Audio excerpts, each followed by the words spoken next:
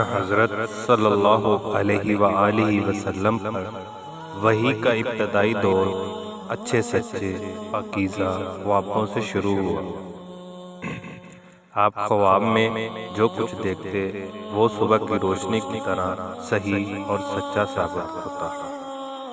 پھر من جانب قدرت آپ تنہائی پسند ہو گئے اور آپ نے غار حرا میں خلوت نشینی اختیار کی اور کئی دن اور رات وہاں مسلسل عبادت اور یاد الہی ذکر و فکر میں مشغول رہتے۔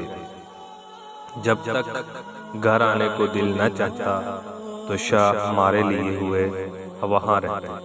تو شاہ ختم ہونے پر ہی اہلیہ محترمہ حضرت خدیجہ رضی اللہ تعالی عنہا کے پاس تشریف لاتے اور کچھ توشہ ہمراہ لے کر پھر وہاں جا کر خلوت گزی ہوئی کرتے۔ یہی طریقہ جاری رہا یہاں تک کہ آپ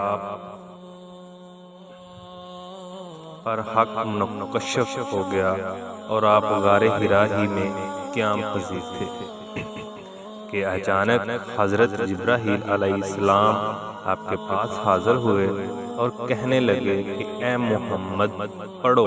آپ فرماتے ہیں کہ میں نے کہا میں پڑھنا نہیں جانتا۔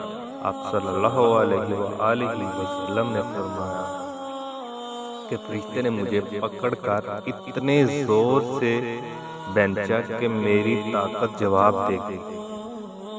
پھر مجھے چھوڑ کر کہا کہ پڑھو۔ میں نے پھر وہی جواب دیا کہ میں پڑھا ہوا نہیں ہوں۔ اس فرشتے نے مجھ کو نہایت ہی زور سے بینچا کہ مجھ کو سخت تکلیف محسوس ہوئی۔ پھر اس نے کہا کہ پڑھ۔ میں نے کہا کہ میں پڑھا ہوا نہیں ہوں۔ فرشتے نے تیسری بار مجھ کو پکڑا اور تیسری مرتبہ پھر مجھ کو بینچا۔ پھر مجھے چھوڑ دیا اور کہنے لگا کہ پڑھو اپنے رب کے نام کی مدد سے جس نے پیدا کیا اور انسان کو خون کی پھٹکی سے بنایا۔ پڑھو اور آپ کا رب بہت ہی مہربانیاں کرنے والا ہے۔ بس یہی آیتیں آپ حضرت جبرائیل علیہ السلام سے سن کر اس حال میں غار حرا سے واپس ہوئے کہ آپ کا دل اس انوکھے واقعہ سے کانپ رہا تھا۔ آپ حضرت خدیجہ کے ہاں تشریف لائے اور فرمایا کہ مجھے کمبل اڑا دو، مجھے کمبل اڑا دو۔ لوگوں نے آپ کو کمبل اڑا دیا۔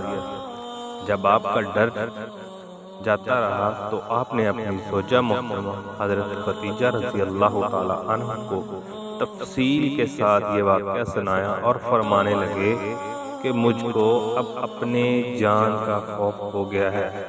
آپ کی اہلیہ محترمہ حضرت خدیجہ رضی اللہ تعالی عنہ نے آپ کے ڈر سے بندھائی اور کہا آپ کا خیال صحیح نہیں ہے، خدا کی قسم آپ کو اللہ کبھی رسوا نہیں کرے گا۔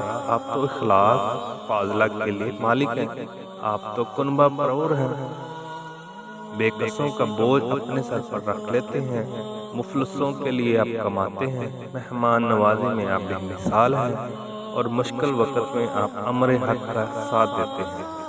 ایسے اور صاف حسنہ والا انسان یوں ہے بقدر ذلت خواری کی موت نہیں پا سکتا۔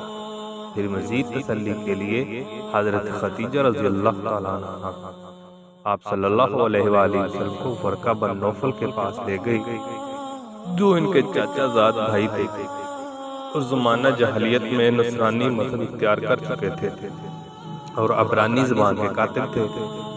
چنانچہ انجیل کو بھی حسب منشائی خداوندی عبرانی زبان میں لکھا کرتے تھے۔ انجیل سریانی زبان میں نازل ہوئی تھی، پھر اس کا ترجمہ عبرانی زبان میں ہوا۔ ورقہ اس کو لکھتے تھے، وہ بہت بوڑھے ہو گئے تھے، یہاں تک کہ ان کی بینائی بھی رخصت ہو چکی تھی۔ حضرت خدیجہ رضی اللہ تعالی عنہا نے ان کے سامنے آپ کے حالات بیان کیے اور کہا کہ اے چاچا زاد بھائی، اپنے بھتیجے محمد صلی اللہ علیہ وآلہ وسلم کی زبانی ذرا ان کی کیفیت سن لیجیے۔ وہ بولے کہ بھتیجے آپ نے جو کچھ دیکھا ہے اس کی تفصیل سناؤ۔ چنانچہ آپ نے از اول تاخیر پورا واقعہ سنایا۔ جسے سن کر ورقہ بن اختیار ہو کر بول اٹھے کہ یہ تو وہی ناموس معذور راز دان فرشتہ ہے جسے اللہ نے حضرت موسیٰ علیہ السلام پر وحی دے کر بھیجا تھا۔ کاش میں آپ کے اس عہد نبوت کے شروع ہونے پر جوان عمر ہوتا، کاش میں اس وقت تک زندہ رہتا جبکہ آپ کی قوم آپ کو اس شہر سے نکال دے گی۔ رسول کریم صلی اللہ علیہ وآلہ وسلم نے یہ سن کر تعجب سے پوچھا کیا وہ لوگ مجھ کو نکال دیں گے حالانکہ میں نے تو ان میں صادق امین مقبول ہوں؟ ورقہ بولا ہاں یہ سب کچھ سچ ہے، مگر جو شخص بھی آپ کی طرح امر حق لے کر آیا لوگ اس کے دشمن ہو ہی گئے۔ اگر مجھے آپ کی نبوت کا وہ زمانہ مل جائے تو میں آپ کی پوری مدد کروں گا۔ مگر ورقہ کچھ دنوں کے بعد انتقال کر گئے، پھر کچھ عرصہ تک وحی کی آمد موقوف رہی۔